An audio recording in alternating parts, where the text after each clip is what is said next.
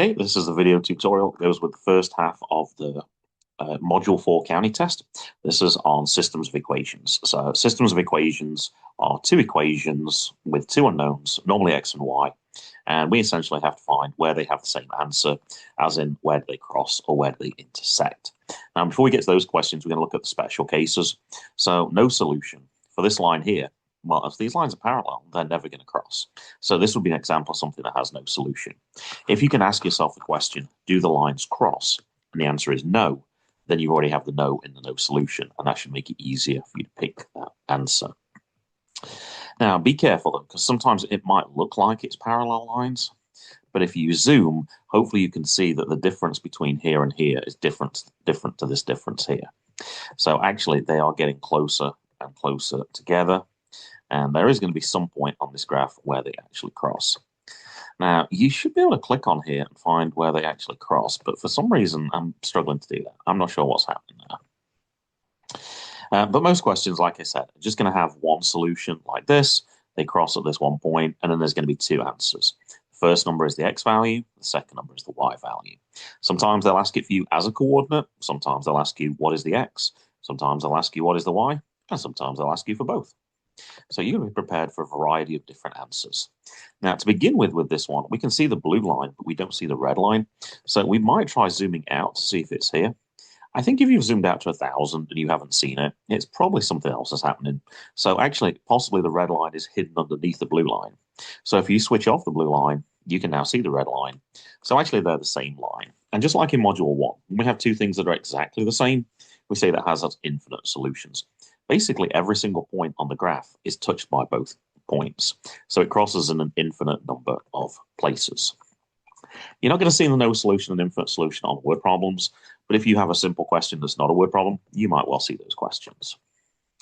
So let's have a look at the first part of this then, which is the systems of equations. So we can try clicking on here, but you'll notice this has got a dot, and this is actually a sketch pad.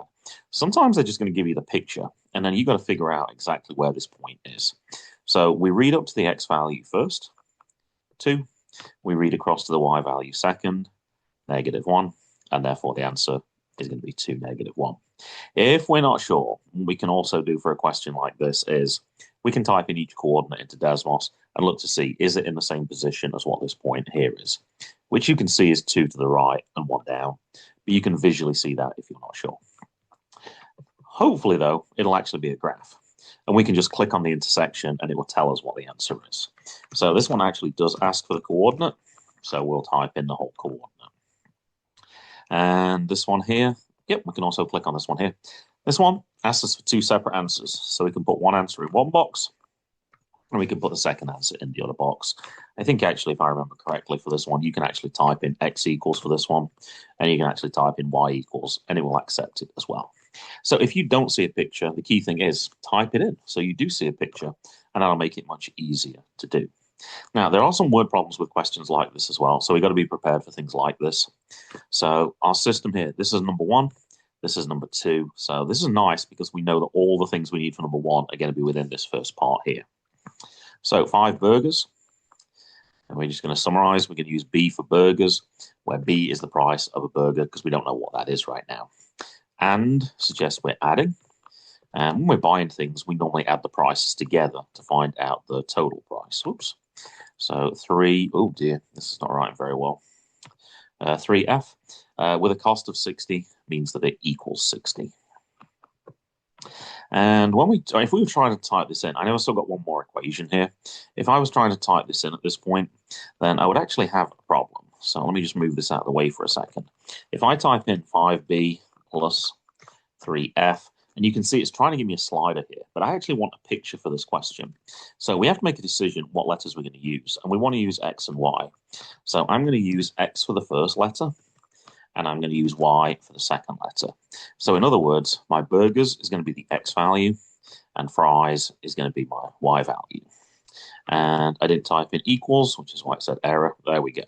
Now you might be thinking, well, I don't see anything yet, so we might need, there you go, there's that line. And then we can do the same thing for this one as well. 2 burgers, 2b. 2 fries, 2f. We're going to add them together, and it's going to equal 28. So same letters, 2x plus 2y equals 28. And don't just click every single point on here. Remember, what we're looking for is where do they cross. So sometimes zooming in kind of takes that distraction away for you a little bit. If you don't see where they cross, click on the line first and then click afterwards. So there's two answers for this. X is 9 and Y is 5. Now this question specifically says burgers. So burgers, I can see this is my X value for this question. So it looks like we're looking at $9. And then we can just type in $9. If the question has said how much are the fries, then fries was the second letter. So that's the Y value, which in this case is 5. So if you're just remembering this as the first value, you've kind of missed the point for this. You want to think about what both of the two numbers mean, and then you can answer the question that's relevant for this. 60 people attended a lacrosse game. There were 30 more students than adults. Which system represents this? So the second sentence is important because it tells you the two types of people who are attending this game, which is students and adults. So the number of students, which I don't know, so I'm going to call it S, plus the number of adults, which I don't know again, which is why I'm going to call it A, must equal the number of people who attended this game, which we can see up here is 60.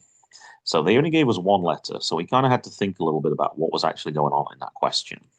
Now, for the second one, it's very tempting to want to try and break this down one word at a time, like 30, and then there's more, so more means add, and there's students. And then we have than adults, but there's nowhere in here that's really an equal sign. So this is kind of a little bit more tricky to do. So 30 more students than adults mean obviously that there are more students than adults. So if I took the number of adults, that's obviously less than the number of students. So if I added 30 onto it, that would actually give the number of students. So if I told you, for example, that there were 10 adults, if there's 30 more students, you'd do 10 add 30, which is 40. But you're taking the adults and adding on 30 to it, not the number of students. So that can be a little one that's a little confusing at times, and we've got to be a little bit careful how we work that out. Now, once we had S plus A equals 60, I can already see I'm looking between these two answers. And sure enough, those other two answers, it would have been so easy to pick S plus 30 for this. But this one's actually going to be A plus 30. So if you can make a nice numeric example to help you answer that question, that's actually going to work out pretty good. And don't need to type anything for this one. It just asks us which system could we use, and we can stop at that point. Now, there's nothing to stop you typing it in and looking at the answers, actually. And if I remember correctly for this one, I think the answers are 15 for adults and 45 for students. And I think you'd agree with that. 45 is definitely 30 more than 15. And then I know I have a correct answer as well. That's it for systems. Make sure you know the difference between no solution, infinite solution, and one solution. Make sure you know the different ways you can answer the question. Be aware of some of those keyword problems to enable you to answer all those questions as well.